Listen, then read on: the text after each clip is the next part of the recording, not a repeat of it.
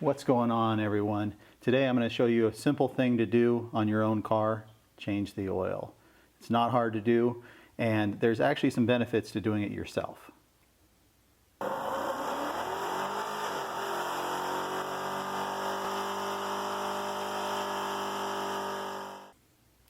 So why would you change your own oil? Well, there's a lot of reasons to. For one, you can cut your oil filter apart and see what the actual condition of your engine is. The other is, sometimes maybe you just like to work on your own car instead of paying someone else to do it. You're not going to save any money doing this, but it's also good for inspecting your vehicle. The more often that you're underneath your vehicle, the more often you will find leaks early on that are simpler to fix. If you let something go like a leak, it can create a lot of issues. One of the issues on GM vehicles is the transfer case will start leaking. And if you don't catch that, it can destroy the whole transfer case. However, if you catch it early, you can fix the leak and not spend a lot of money doing it. So, what do you need to change your oil? Well, you're going to need some new oil, a filter, a drain bucket or a drain pan. I like to wear gloves because this is one of the messier things you're going to do. And probably a wrench, whatever size drain plug you happen to have. This one is a 15 mil. Right here I got a 15 mil. And I have a new Wix filter for the truck. And I tend to only run Wix filters because they're my favorite. I've never had issues with them. When I've cut them apart, they seem to be higher quality than most. Let's get started. Now, I've already taken the oil fill cap off and pulled the dipstick up a little bit to allow the air to get into the engine. That is going to keep the oil coming out of this pan from glugging, you know, where it goes far out and then back and then far out as it sucks air in through the drain. We don't want that. It usually makes a bigger mess. All right, position this right here. The first thing we are going, you probably can't see me. The first thing we're going to take off is the oil filter. And I put this last one on, so I don't need a tool to take it off. But on a lot of vehicles, you are going to need a oil filter wrench to get it off because it's tight. And this is why I wear gloves.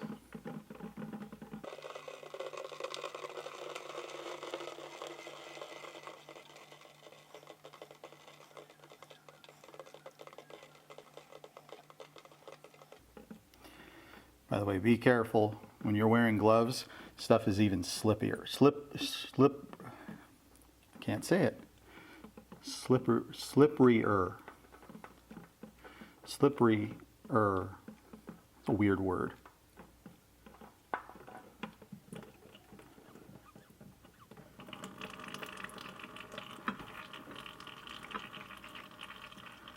All right, so when you pull your oil filter off, make sure the O-ring is still on it. This is, I'll pull this one off. It should just pull out if I can get it off with these gloves on. Yeah, this one's in there pretty good. These will come off sometimes and they will stay on the engine side. And then when you put the new filter on, you'll end up with a double gasket. And that will create a huge leak. Believe me, I did it once.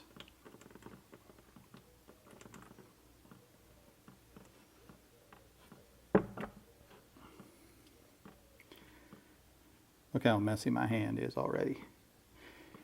All right.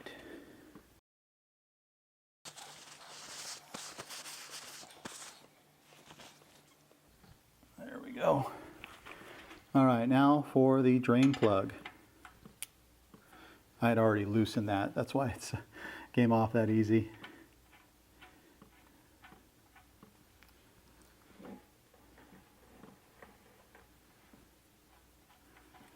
Make sure you hold on to this tight. If you drop it in the drain pan, it's usually a pain to get back out.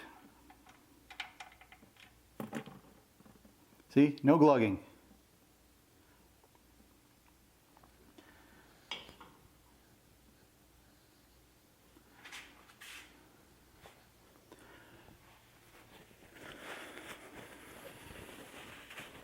A few paper towels are handy, just so you can wipe things off.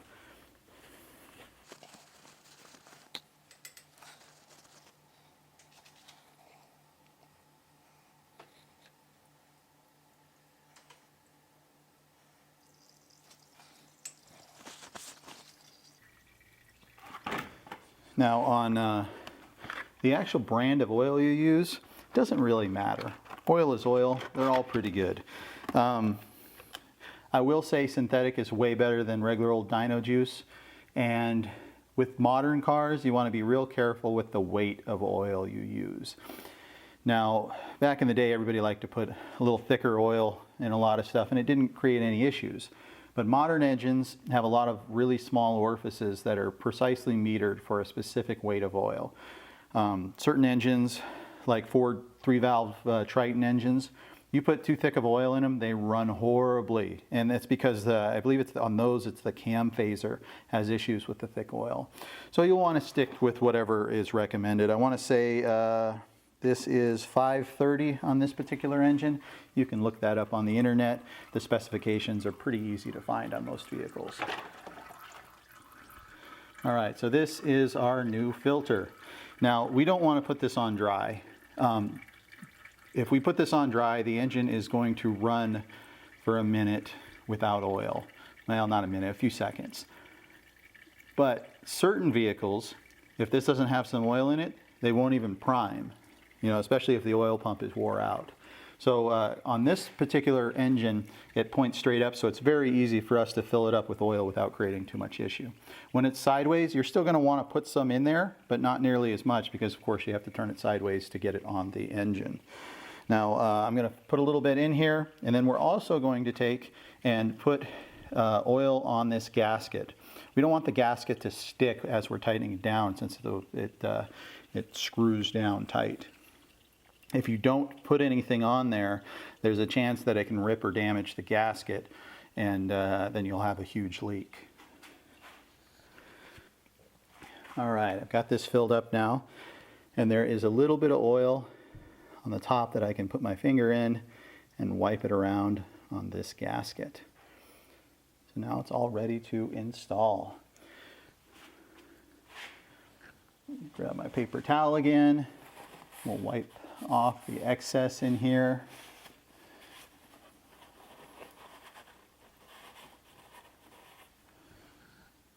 Looks good.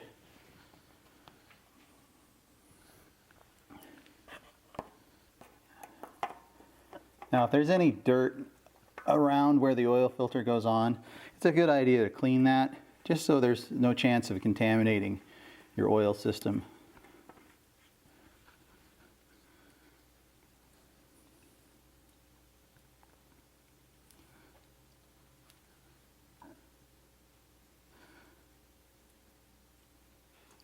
And I tighten it down just enough that I can still take it back off with hand strength.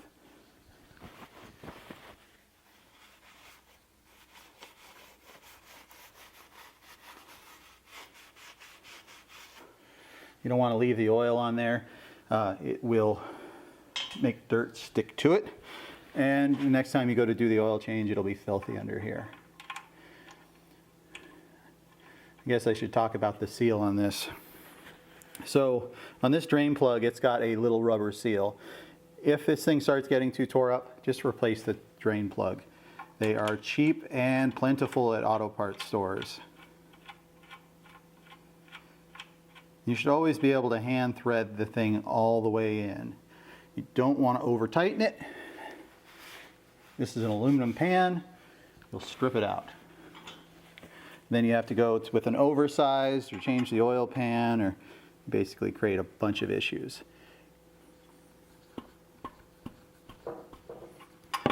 I usually go 1/8 of a turn past hand tight. That's all it needs. Not going to go anywhere. Most vehicles will have the actual torque for that on the specifications, whether it's 15 foot-pounds. It's not going to be a lot. All right. So that's all we're doing under here. Now we just go back up to the top and we are going to put about 80% of what it calls for. Check the dipstick and then start it.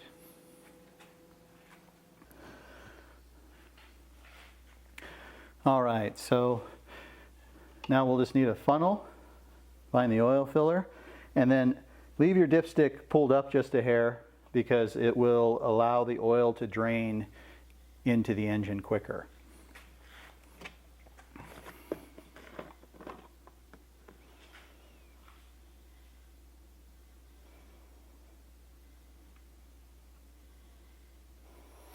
Notice if you tilt the bottle to the side, you don't get any glugging action.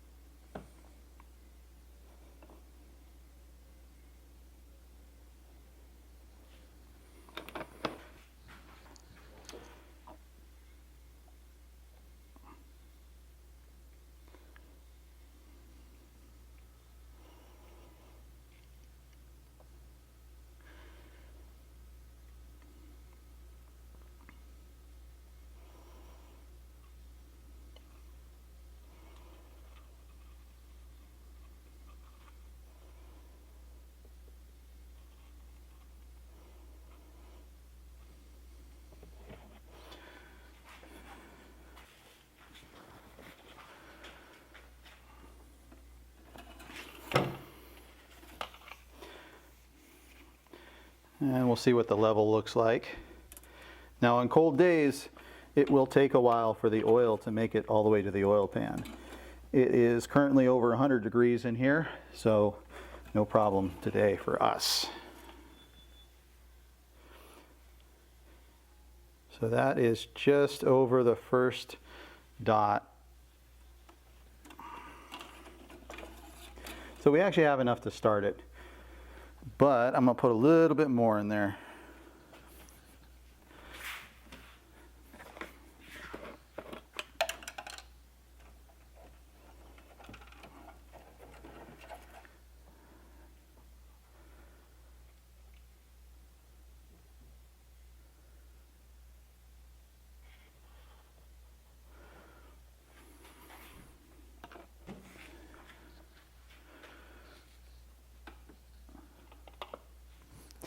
And we can start it and leave this funnel right here. It's not going to hurt anything.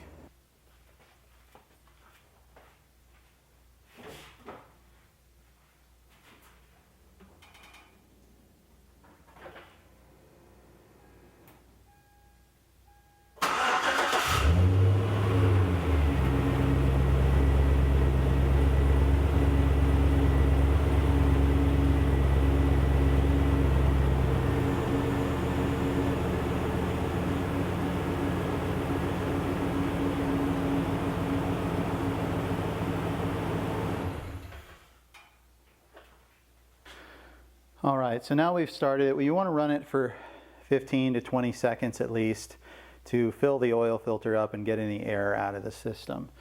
And then you need to let it sit for a couple of minutes before you check the level.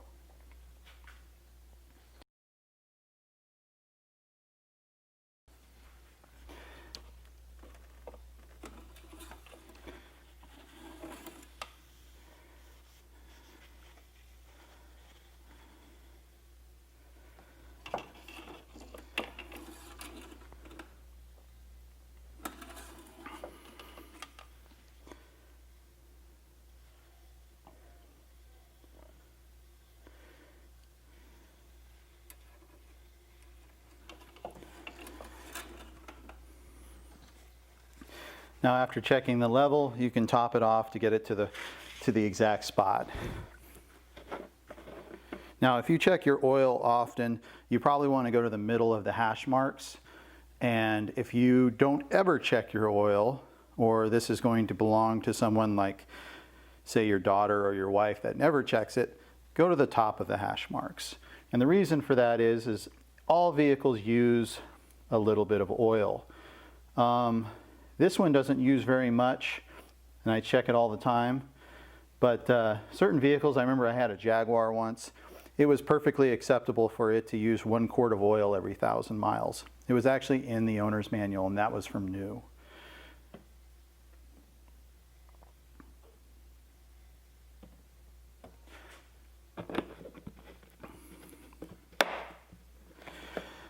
You don't want an engine to run out of oil. That's the worst thing that could happen to it. And low oil levels can create, well, it can allow the oil to retain a lot of heat, which breaks it down quicker.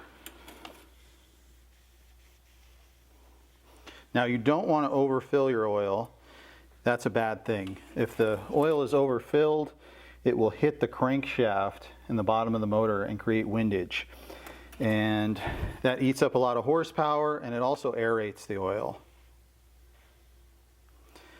Perfectly to the top of the hash marks.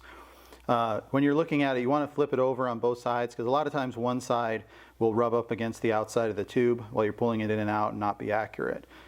But we are perfect now.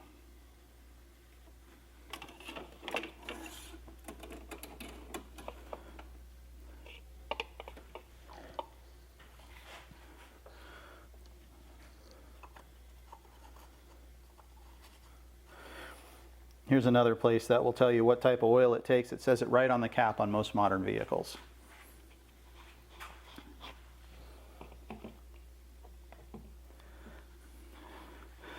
All right, there's one more type of oil filter I want to show you.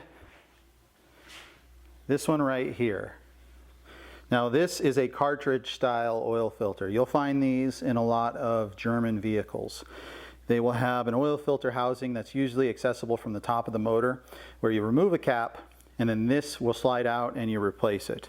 These are actually very nice. They're cheaper to manufacture than a canister oil filter, and I can look right in this and see if there's any metal flakes or anything that just looks out of place, because it'll get trapped on the outside of this filter media. Hopefully you found this video helpful. And please hit the subscribe button and the like button, and even make a comment if you think I could have made this better, or tell me what you thought. Until next time, this was Philo with Philo's Garage.